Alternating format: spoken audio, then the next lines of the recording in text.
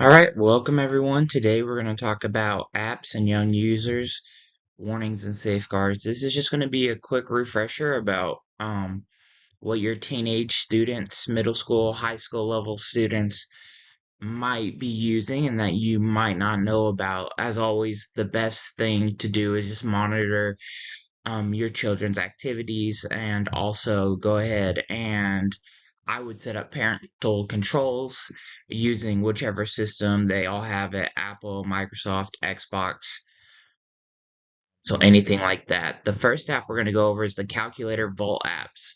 These are apps that are installed on a smartphone or tablet and are designed to look just like the regular calculator app on the surface. The Calculator Vault app can be used as a calculator as it provides normal mathematical functions and as subtraction, multiplication, anything like that. So, unknown to many parents though, this app acts as a vault and children can hide apps on their phone easily without knowledge of their parents. You have a calculator where it just works as a regular calculator until I put a code in and there are and press a button and then it goes to a secret photo vault. And this allows children to hide content, they can hide other apps they're not supposed to have. They can hide videos. They can hide things like that. Um, Yubo, this is another app that kind of operates for Tinders for teens. It allows users to swipe left or right to accept or reject profiles of other users on the app. And then when two people swipe right on each other's profiles, they can hook up through Snapchat. Kik is another one, Telegram, all these messaging apps where, you might not know where they're meeting these people. Yubo app is dangerous for school-going children because it exposes them to racism and bullying. As we know, the internet is kind of unfiltered. It has millions of users and mainly targets young adults, teenagers, children, which make it a problem for the security um, of children using a smart device. It also has live stream risk. This last application everyone is fairly familiar with, but I've noticed a lot of students here in Schroeder, they have been taking Discord and they've been using it kind of a way to communicate, being unobserved and unfiltered. So you might not know about this, but Discord is basically like old chat rooms. They have voice chats. Anyone can make a room, and there's different ways they can communicate with each other. Now, this in itself is not a bad app. There's a lot of tools built into it that are actually very positive and useful. But you need to know that there can be downsides to this app. So, on a recent FBI press release, March 28th, it depicts how school children are exposed to danger on online platforms. According to the press release, an individual was guilty of sexual exploitation and attempted sexual exploitation of a child with the objective of producing a sexually explicit visual depiction. So, we all know we don't want our kids sending inappropriate videos or inappropriate. Pictures of themselves, especially in the school setting. Um, a lot of this, if it gets leaked, it could lead to bullying or other forms of harassment. All right, so this is our Attorney General here in Ohio's contact information. Parents are encouraged to contact the Attorney General to recommend additional safeguards and standards that should be enforced in Ohio to protect children.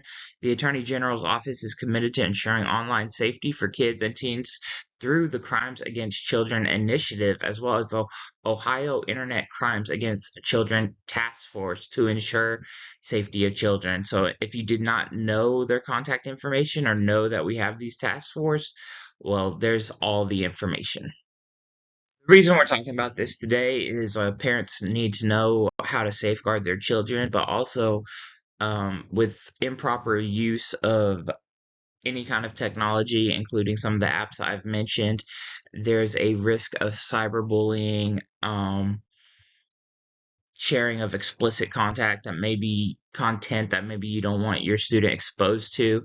And the mental health risk is self-esteem. Mental health is a big factor for our young adults and teenagers these days. So we need to take that into consideration when talking about these apps.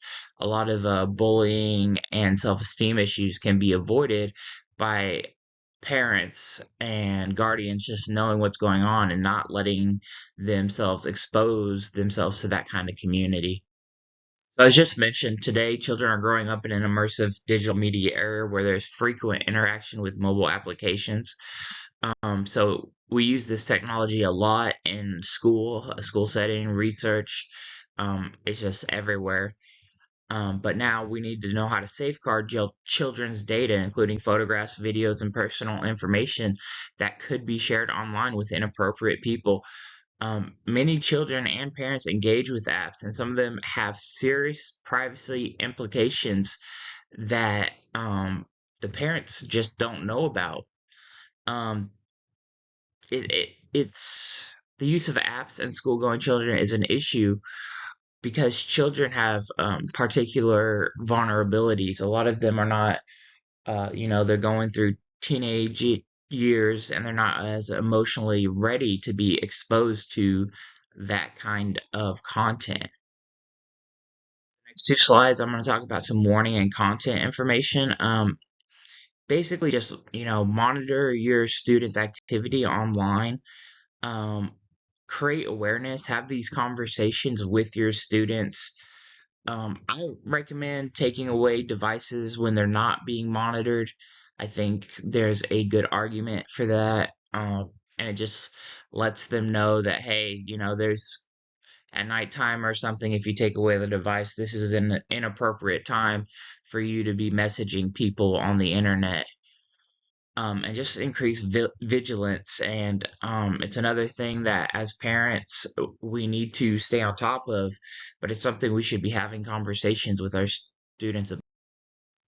Recommendations. These are some recommendations for app use with children. Of course, it varies based on age, but parental controls, again, know how it works for if you're on Android, iPhone, Microsoft, Xbox, PlayStation. Um, Even your router might have some parental controls that you need to learn about or seek out information about so you can reduce the risk of exposing your children to those apps that might not be appropriate for them. um, Screen time is another big thing that, we've heard about lately, but we're not like 100% sure about how it's used. But limiting screen time is important because children need to, one, be responsible about how long they spend on these devices, and two, they just need to be doing other stuff as well as screen time. So they tend to just have too much screen time and then neglect other areas of their life. So these are just things to remember. On the screen now, you can just see some of the monitoring tools that parents can use. Um, some of them's content blocking, some of them parents have to step in.